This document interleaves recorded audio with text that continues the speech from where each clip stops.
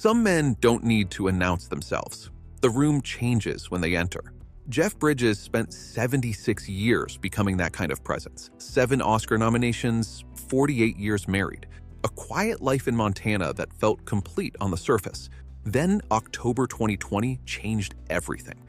Doctors found a mass, 9 by 12 inches, deep in his abdomen. The actor who had spent decades playing survivors was suddenly in a fight he never rehearsed for. Then came chemotherapy, then COVID, and both together pushed his body to the edge. Later, he said, "COVID made my cancer look like nothing."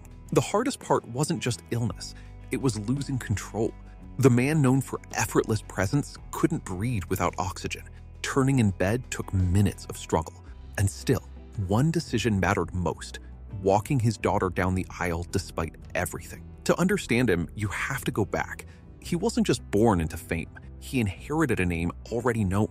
His father, Lloyd Bridges, was a major TV star through Sea Hunt, a symbol of calm control in American homes. Jeff grew up inside that reflected identity, before he had time to build his own. He appeared on set at just 8 years old. Acting wasn't something he chose, it was simply the air around him. His home in Los Angeles was filled with performance. His mother was an actress, his brother Beau would become one, and even conversation felt like rehearsal. But there was also loss before his arrival. A brother, Garrett, who died in infancy. That kind of absence doesn't disappear. It shapes the emotional silence of a family. In his teens, he drifted into drugs, then out again after family intervention. He studied acting in New York, then joined the Coast Guard for 8 years. That period gave him something fame never could: structure, discipline, and a sense of self outside the screen. When he returned to acting, critics struggled to define him. He didn't feel like he was performing. He felt real. That natural presence became his signature, from The Last Picture Show to The Big Lebowski, and finally, his long-awaited Oscar for Crazy Heart. But through it all, the most important part of his life wasn't Hollywood. It was his marriage to Susan, his daughters, and a grounded life far from fame. When illness came decades later, it was that life, not his career, that held him together. And then the doctors found it. A mass in his abdomen, 9 by 12 inches. Those numbers don't behave like numbers. They sit in the mind like an object that shouldn't be there. Because 9 by 12 inches is not abstract. It's the size of a sheet of paper, something you can hold, something you can see. And now imagine that growing silently inside a person. It was non-Hodgkin lymphoma, a cancer of the lymphatic system. The very system meant to protect the body now turned against it. Jeff Bridges was 70 years old. He had already survived decades of Hollywood chaos, difficult productions, and the slow physical toll of an entire career on screen. And still, this was different. He announced it publicly in October 2020, in his own handwriting. No polished statement, no distance, just direct, personal acceptance. He even called his support system his boatman, a Zen reference for people helping him cross from one side of life to another. Because this wasn't random belief, it was practice. Bridges had spent years studying Zen Buddhism seriously, co-writing with teacher Bernie Glassman, building a way of seeing life that didn't collapse under difficulty. And still, chemotherapy began. What chemo does to lymphoma is not gentle. It destroys the immune system to destroy the cancer, which means the body becomes defenseless just when it needs strength most. Then COVID hit. There's no irony in that moment, just collision. A man with no immune system, in a global pandemic, caught a virus that attacks the lungs. He was hospitalized for 5 weeks, 35 days of a world continuing without him. At one point, he couldn't breathe. Not metaphorically, literally. He needed 100% oxygen just to turn over in bed, a task that took 15 minutes of effort. Breathing, something done 20,000 times a day without thought, had become a medical emergency. His wife Susan was kept at a distance by hospital protocol. She asked doctors if he would survive. They told her they were doing everything they could. And in that space, language stops helping.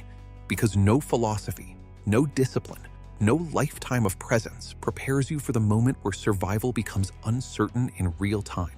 Doctors told him to fight, but fight becomes a strange word when you're lying still, unable to sleep, unable to breathe, surviving minute by minute through machines. Still, there was one decision he made clearly. His daughter was getting married, and despite everything, oxygen dependence, weakness, uncertainty, he decided he would walk her down the aisle.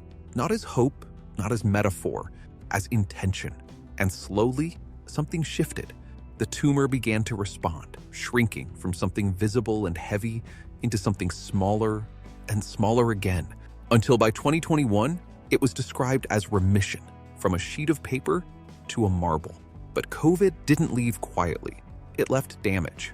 Memory issues, cognitive fog, words that once came easily now sometimes hesitate, and the loss of smell. Complete, absolute. He has joked about it, even laughed. But behind that humor is something sharper, the sense that an entire layer of life has gone missing. Because smell is memory, and losing it is losing access to parts of your past without warning. Still, he found a strange clarity in it. 6 words, he later said, that carried the whole experience. COVID made my cancer look like nothing. Not exaggeration, not poetry. Just reality too heavy for language to dress up. And if even cancer wasn't the hardest part, what was? For Jeff Bridges, who has spent decades practicing presence through Zen and life itself, the answer isn't abstract. It's immediate. This moment. Right now. Not comfort, just what is. He went back to Montana. Back to 50 years of land, seasons, and silence. Back to Susan Geston, the woman who had been there almost as long. No fame, no audience, no noise, just life. He recovered in the simplest way. He woke up. He meditated. He walked when he could. He followed doctors and slowly rebuilt trust in his body. He sat with Susan in silence that wasn't emptiness, but shared presence. Then came Haley. Real, not symbolic. She was getting married. In the hospital, he made a decision. He would be there. He would walk her down the aisle. In 2021, he did. Jeff Bridges walked his daughter down the aisle. A photo shows him changed, thinner, marked, but fully present. Smiling not for the world, but because he made it. Later, he said, "I feel supported by the universe to get through this. Not philosophy, experience." And then, life feels brief and beautiful. 4 words holding everything: survival, loss, and clarity. He returned to work. In The Old Man, he plays a character shaped by history and consequence, something he now understands not as performance, but recognition. And in 2025, something unexpected happened. Old recordings from the late 1970s resurfaced. Music he had made privately after meeting Susan. No audience, no intention, just life being lived in sound. He called it slow magic, a reminder that before fame, before illness, before survival, there was simply a man making music in quiet rooms. Now at 76, he is still working, still returning, still creating. He says he sometimes can't tell what is left from cancer, COVID, or just age. And maybe that's the point. The categories stop mattering. What remains is experience. He wakes up, he meditates, he walks. He lives with Susan on the same land where so much of his life quietly unfolded. He reads to grandchildren he once wasn't sure he'd meet. He works when he can. He rests when he must. The body keeps its record. The mind carries its echoes.